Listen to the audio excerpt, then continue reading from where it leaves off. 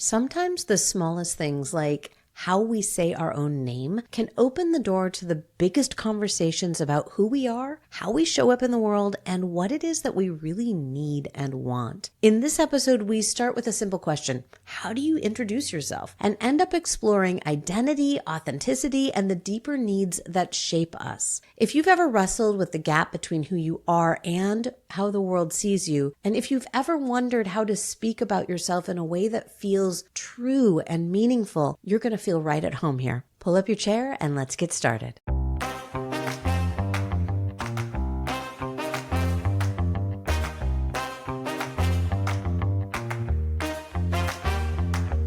Hi there. Welcome to the Empowered and Embodied Show. I'm Kim Romain. And I'm Louise Neil. We're two transformational coaches who are also fellow travelers on the path of growth and self-discovery. And we're inviting you along for the ride. That's right. We're right here in the trenches with you, navigating the ups and downs of life. And each week we'll be sharing our own experiences, bringing you conversations with amazing guests, and exploring insights and strategies that have helped us find more clarity, confidence, and ease in our lives. And trust us, we do not have it all figured out. We're learning and growing right alongside you. So if you're ready to rise above the chaos, doubt, and confusion that sometimes life throws our way, and step into a more empowered and embodied version of yourself, then you're in the right place. Let's get started.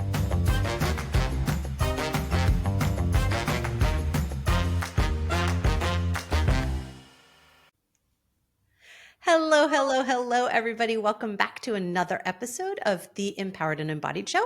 I am one of your co-hosts, Kim Romain, joined as always by my other lovely co-host. That's me, Louise.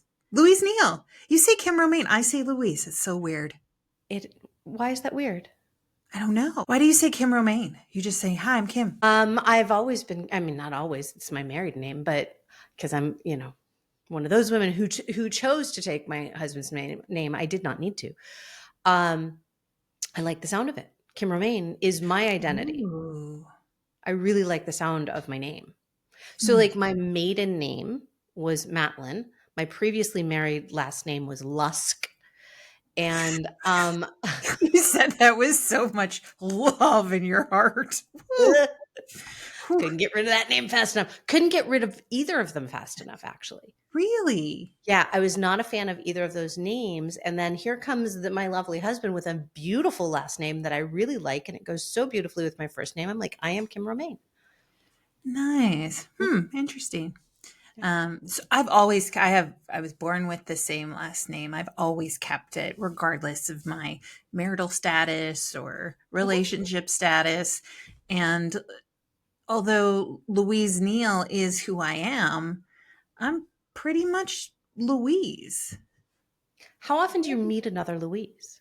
Not very often, although this last year I have met two wonderful Louises, and it's been kind of cool to be in that space because the more Louises, the better, if you ask me. But yeah, it's fairly unique. It's very old. It's a very old timey name. Like I always felt like I was like granny with a name like Louise. Maybe that, I don't, because there was always another Kim in the classroom with me growing up. So It may have been, I don't remember them ever using our last names though. It was just last initial. I don't know. But I do know that for me, taking on the persona with it came with my husband. So I'm going to say his last name. It's my last name. So even if, and I don't foresee the relationship not lasting, even if, right? But Danny, if you're listening, you're safe. I tell you every day, I choose you. But even if that were to happen, like I love the name enough, I would keep the name. So yeah, I didn't love my maiden name, and not just how my first marriage ended, but I never liked that last name. I took it to lose my maiden name. So, we're talking about all this. Like this is the heart of actually what we wanted to talk about today. Like, how do you talk about yourself? Mm-hmm. So it starts even with how do we introduce ourselves? Yeah, like our identity and what we're putting out into the world starts often with our name. Yeah. Yeah. Yeah. So it may have sounded like we were just having a rando conversation, but we were actually, which Point. we were, but um, we we wanted to explore this idea of where we find ourselves in how we identify ourselves, how we talk about ourselves. And this came up from a conversation where I was really struggling. So I'm going to go to human design for a second. So open head, open ajna, for those of you who know what I'm talking about, a lot of openness in the head. A lot of openness in the head means that a lot of there's a lot of thoughts constantly filtering in. And the challenge that I have with that is also what I'm here to do, like my purpose in the world, deals with two of the gates that are in this open head using the human design as a system. Those two gates in their shadow form are known as doubt and confusion. So for me, if my gift in the world comes from the lessons that I learn, I constantly go back to this place of doubt and confusion. Mm. I filter things through that, and then I come through with wisdom. Yay. But to get to that place of wisdom, there's a whole lot of the fuck is going on and questioning Mm. myself. And I often question, what am I doing? Like, not just wandering into a room and going, what am I doing? I do that too. But Thank you, menopause. exactly. But that place of, am I working towards my purpose? Am I working towards a bigger vision? What is my vision? Do I need to refine that vision? Like, I do go back to that a lot Mm. for myself. And so we were talking about that earlier, and we thought that would be a fascinating conversation. So Louise, for you, has that ever been a struggle for you to define who you are, to say like something about your identity? Yes. And mostly, yes. That was a very Okay, close-ended great. Next question. question. Check. Great interviewing technique. My struggle often with identity is in that how like how am I identifying like myself as myself and not as in relation to something else?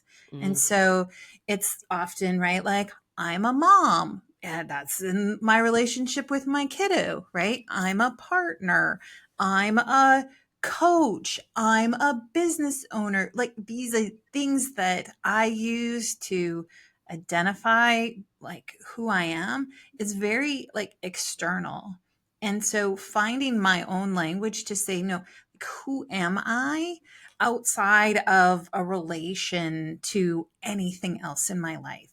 That has been a struggle to try to find the language to really express, you call it purpose, but like really express like how I'm showing up in the world, maybe. Mhm. That Yeah. has been a struggle. And I think it's a struggle for a lot of us because that's often how we've grown up and our in our earlier lives we're always somebody's something. Yeah. Yeah.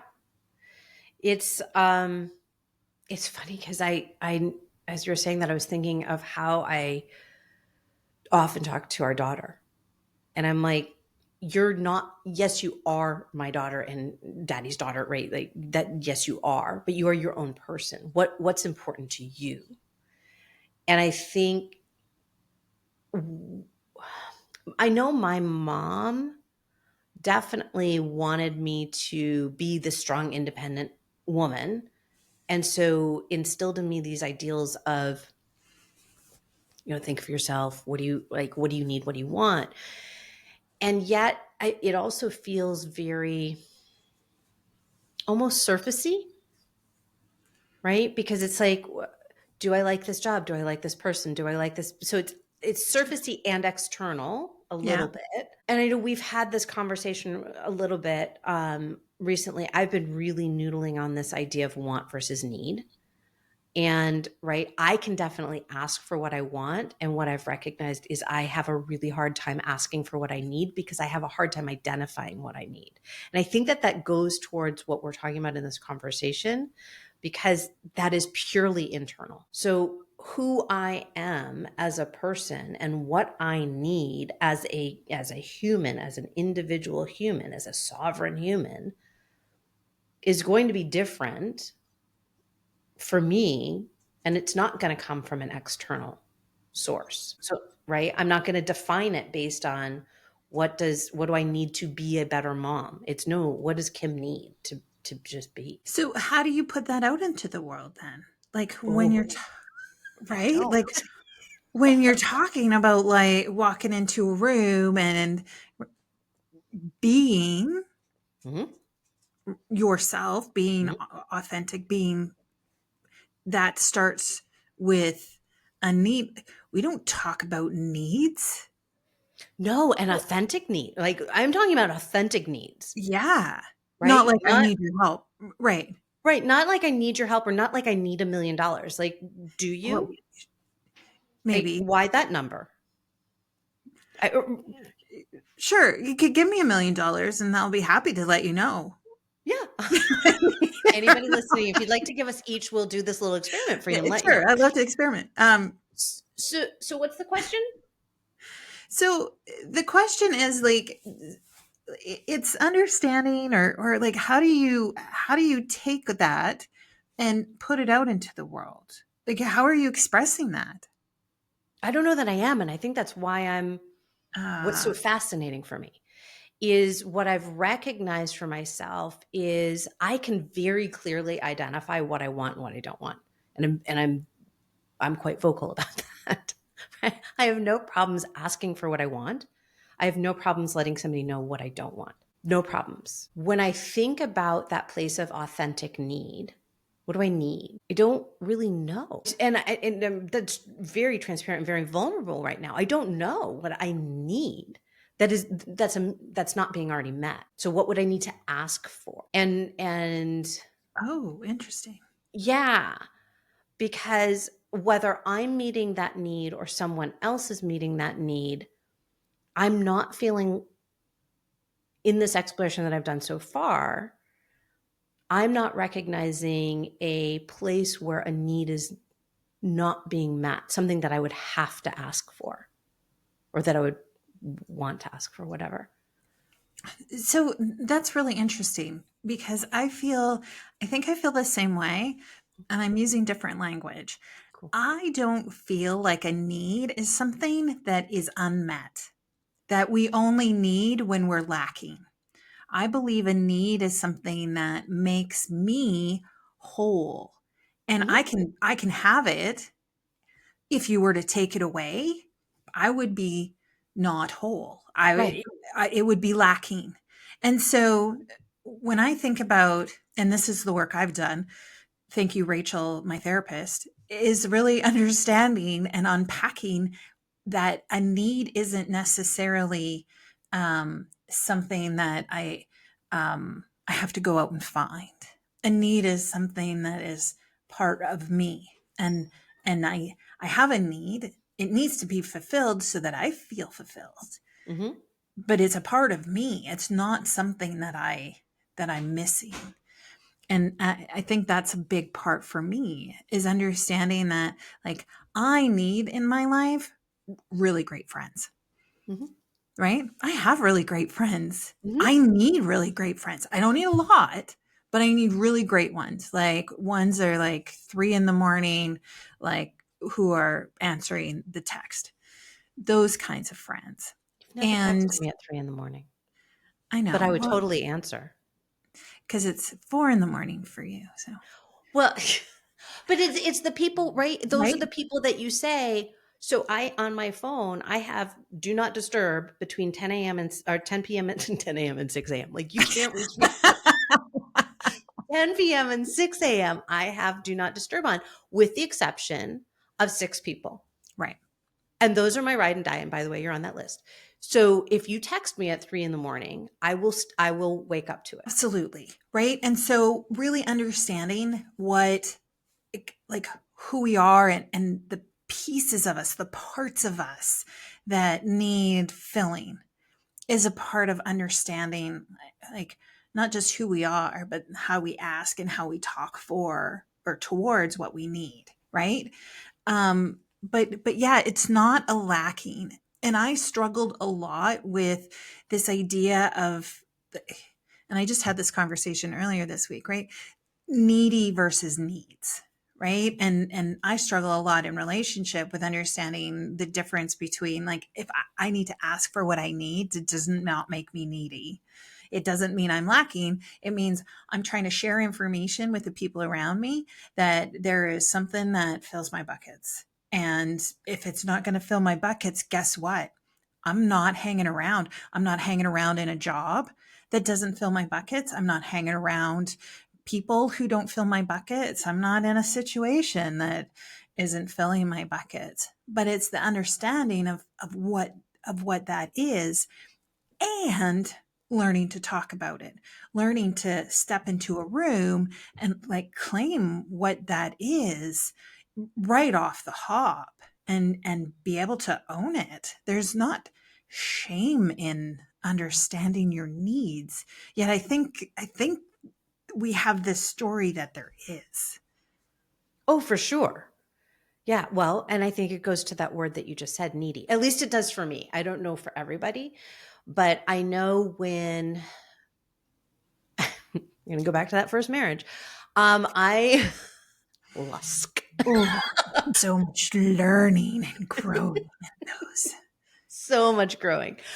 Um, I was told I was needy because I was expressing my needs. And to go to, right, as you just explained it, I had needs that were not being met. And so by my expressing what those needs are, the other person in that relationship saw that as needy, quote unquote needy, as a bad thing, versus my expressing my needs to feel whole so I could be a whole partner in this relationship. I don't see that bad as, like, I pray that my partner, one being Danny, also being you in this experiment, this journey with our podcast, but other partners that I have in life as well, please always let me know what your need is.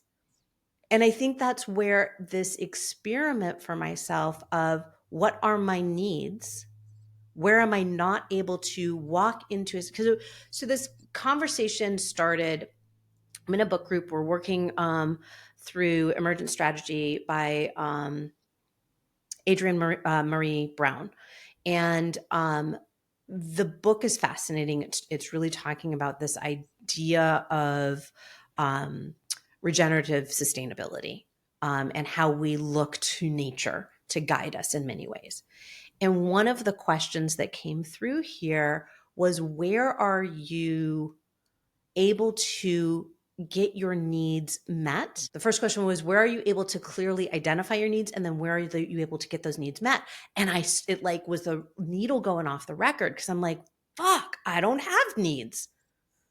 And clearly I do, but I think what I'm recognizing is that those needs are being met. What needs I have are being met. So I'm either verbalizing them, I'm creating some clarity around them, or I'm not. And maybe that's where the work is for me, is finding the clarity of what are those needs, how are they being met, so that I can understand what are those other things I need to either ask for or put into the world. So, and that can create a deeper understanding of when I step into a space and say, this is who I am, this is what I do. Mm-hmm. And this is what I need in return from this particular, because, you know, me being me, I show up and I'm like, here I am, I'm holding the space for you. Is my need being met? Probably. But let me be really clear on what that need is. Right. Right. Absolutely. And so how this relates to me and my identity is that I have a need to be the guide. Mm-hmm. Like, I very, very strongly, and I struggled with this for a long time, because it's this whole idea of like being the passenger on a journey with someone absolutely is what I need. I need to be co-creating. I need to be like absolutely super valuable in that. Like, like the road trip, right? The passenger with the map and I know where the gas stations are and I know what's coming up and where to stop and where all the hiking trails are and like all of these things. I know that. I bring a lot of value into that road trip for sure.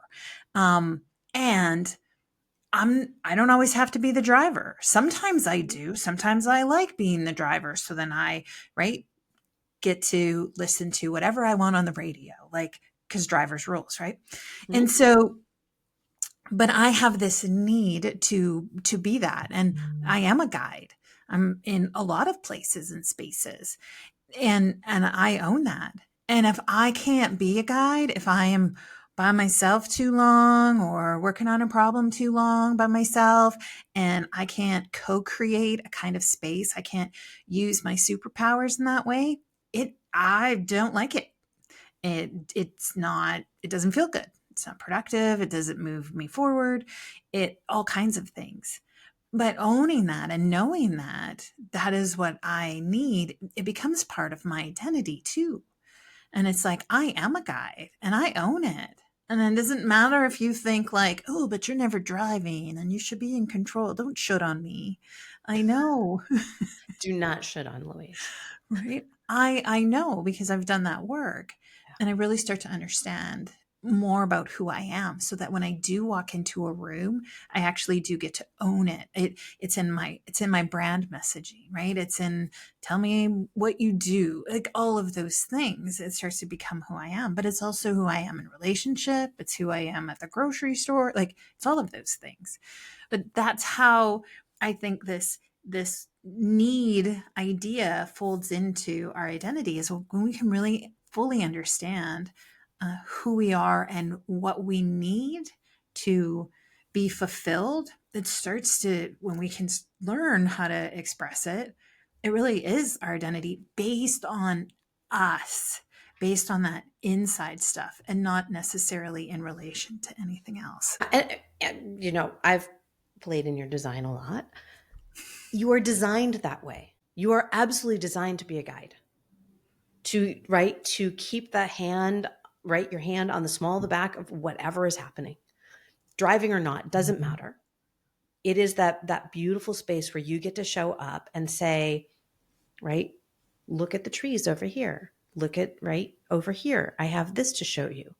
It is, I remember a long time ago, we had this conversation. I don't remember the details of the conversation. I just remember the image of taking steps across a stony path and the fog was lifting.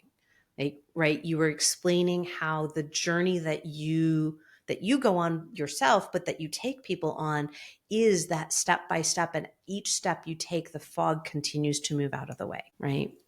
Like you have the lantern. You're not saying we have to go left, but you have the lantern and you say there is a fork ahead, right? This is what I know that's on the left. This is what I know that's on the right. What is your choice? That's what I see you doing all the time. Yeah, I think I do remember that conversation. I think I was actually being coached. I think that was a coaching moment for me as the coachee. Was I coaching you? Because Well, it was just either us.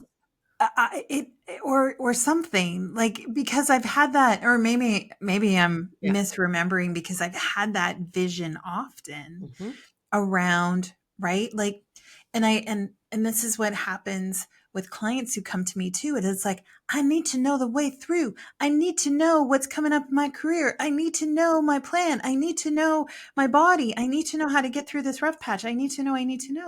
And it's like, oh, but you do know, or you can find out. Let's go together. Right? Let's go on this journey together. And that is so much. It just brings so much joy into my life to be able to do that and really own it, because there's many people and there's a lot of societal messages that come at me to say, well, but you shouldn't be the guide. You should be the leader. You should be out in front. Ooh, I felt that one for you. I totally Right? felt that one. Yeah. Yeah. Like lead already, be the leader.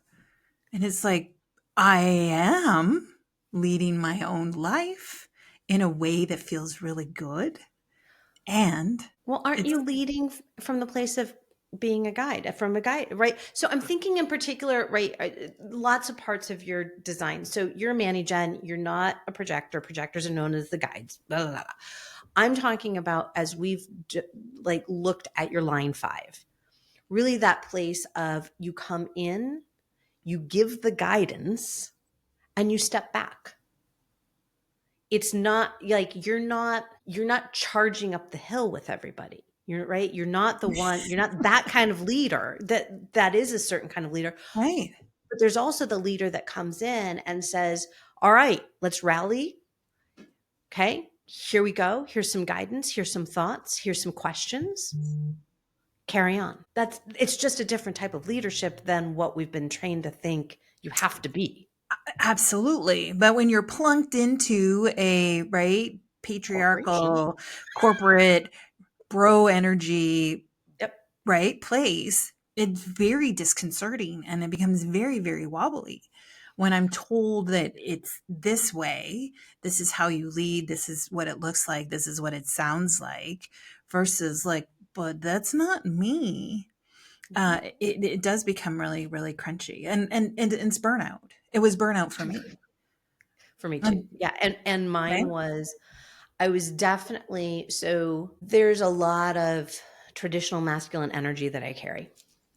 Cool. I'm fine with that. That's fine. Whatever. I think it comes from my directness more than anything else, but it's there. And because of that, I was always seen as a quote unquote leader, but I wasn't treated like a leader. I was told I was a leader, but I wasn't treated like a leader. And part of how I identify as a leader is the keeper of wisdom or the holder of wisdom. And I'm not saying that I'm walking into the room being the smartest person in the room, because I am not. What I am doing is I'm walking in the room and I am through the wisdom that I have, opening the door for other people's knowledge, other people's Mm, visions to come and play at the table. And from there, we're able to create this opportunity to move forward together. It is a very, very different style of leadership. And I had to find my way through because I kept being told, you're the leader, you're the leader, you're a leader, you're the leader. It's like, I hear it. I know I am. What do you want me to do? And really, what they wanted me to do was run everybody up the hill. I'm right. like, no, Right. that's not my role.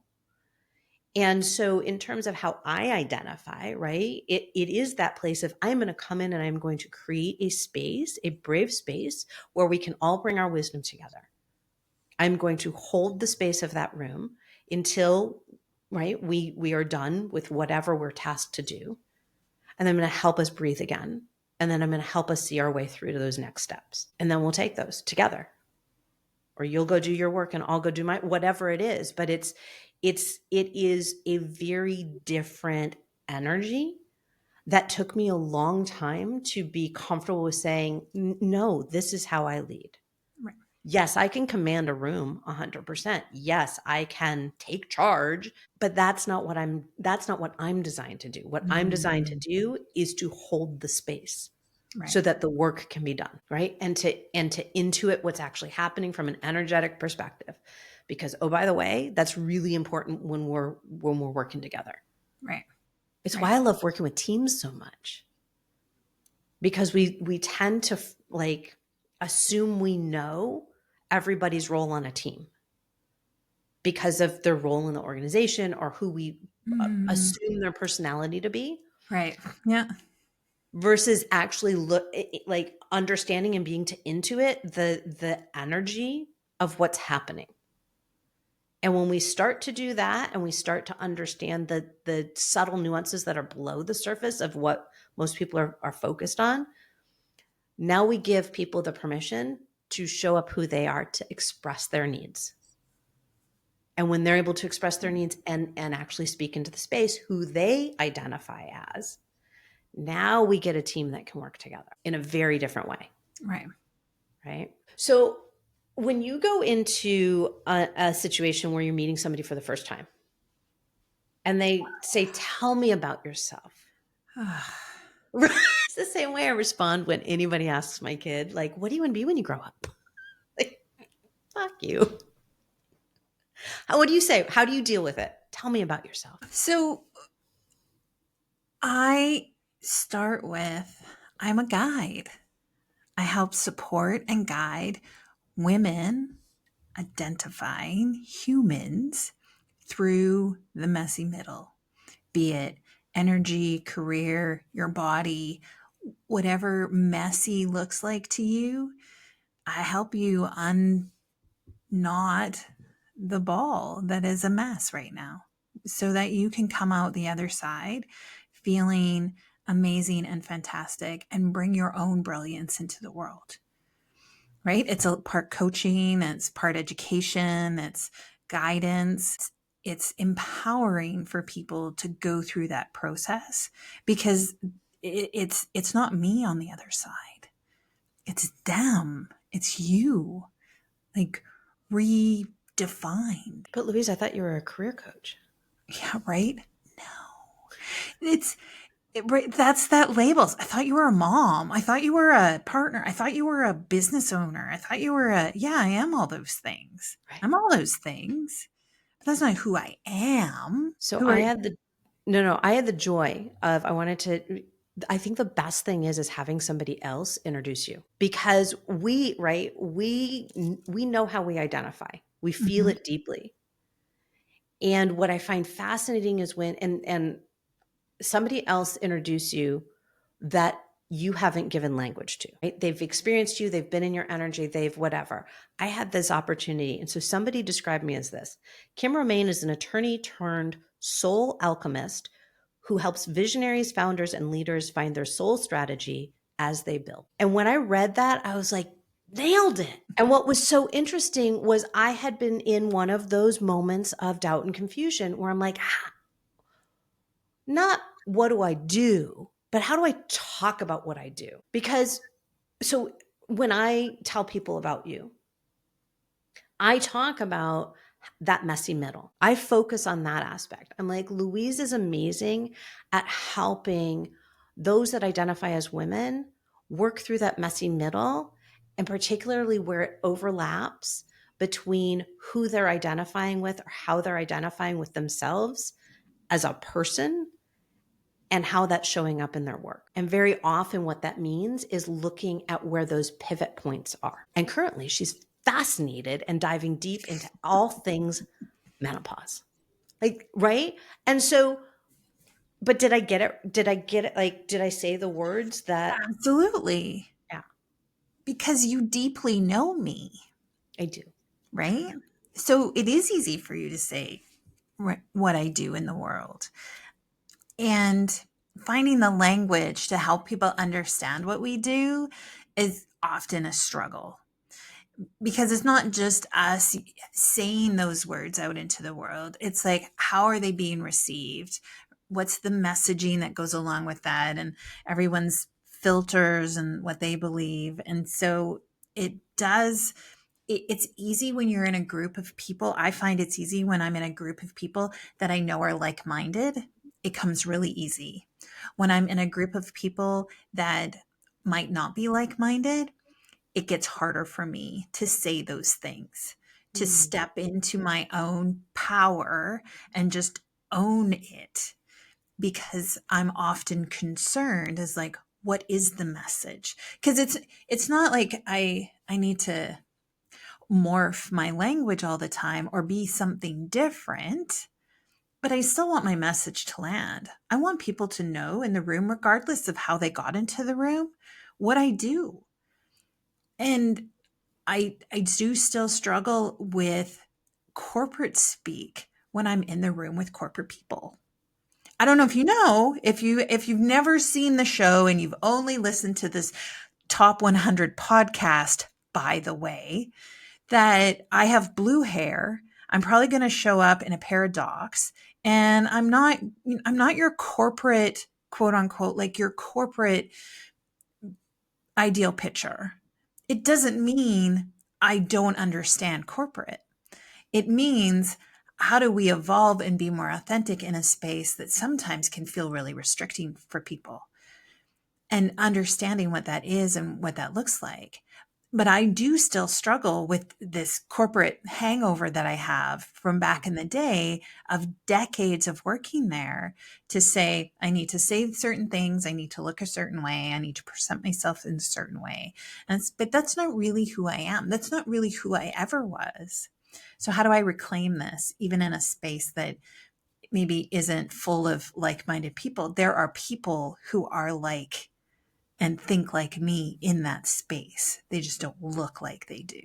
Do you know what I'm saying? I do. And it's interesting because the number of times, and I lost track because I started counting, that you said need. And I that is so important to this conversation. And we went to this deep dive of like need, because there is a need to connect. And when you're in a room where there is a perception that connection is going to be harder, is there a need do we feel a need to adapt ourselves out of conditioning, right? Because I've been there too. I mean, right?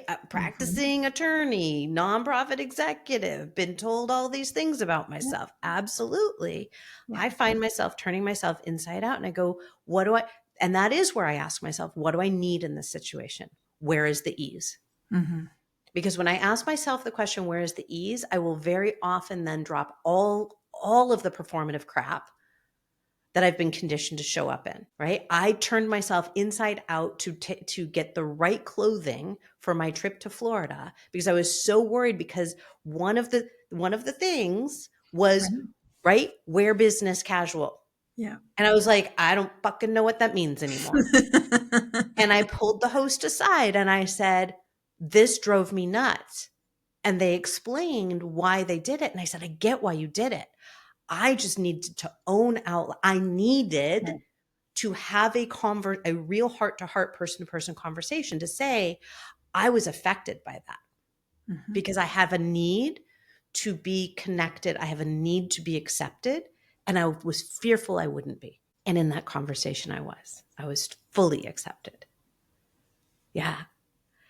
Fascinating conversation today, Louise. What do you want to underline, point at, make sure that people know about you in this moment? Ooh, I've said it. I think I did a really good job at talking about my needs today. And I think I want to underline that when we started this podcast, Kim, you and I have always said that we are in the messy middle with everyone trying to figure all of this out. And I think this conversation really highlights that. Like, it highlights the growth that we've done and the things that we've noticed working for us. And we are still a work in progress. We are still trying to figure out some of these things. And that doesn't mean we don't have anything valuable to offer. And I loved our conversation today because we always get super deep, super fast. So if you weren't used to that, like, welcome to the podcast. When we think about how we introduce ourselves or how we answer that question, tell me about yourself, it's deeper than we think. It can go deeper if we want it to. And it doesn't have to be artificial or superficial. It can actually be, I was trying to think of it can be official. Officially you. Yeah. And that, right? And I feel all of that when I say, hi, I'm Kim Romain. Feel it. Yeah. I embody it in that moment when I say, hi, I'm Kim Romain. You don't need to know everything that's behind it. I know it. I feel it. And it will come out. Yeah. Yeah, absolutely. Beautiful. Good stuff. Thanks, Louise. Thanks, Kim. All right. We will talk to everybody soon. We have some really great guests coming up. Oh, we do. Yes. All right, everyone. Thanks so much for joining us today, and we will talk to you all soon. All right. Take care, everyone. Bye for now. And that's all for this week's episode of the Empowered and Embodied Show. We hope today's episode has sparked something within you. Remember, we're all on this journey together. If something did resonate with you today, why not share it with a friend who might need to hear it too? You can find us everywhere you listen to podcasts. Don't forget to subscribe so you never miss an episode. And if you're feeling generous, leave a review. Your feedback not only helps others find the show, but also helps us understand what's most valuable to you. Until next time, be kind to yourself, stay curious, and remember, we're walking right alongside you. Thanks for being part of our community.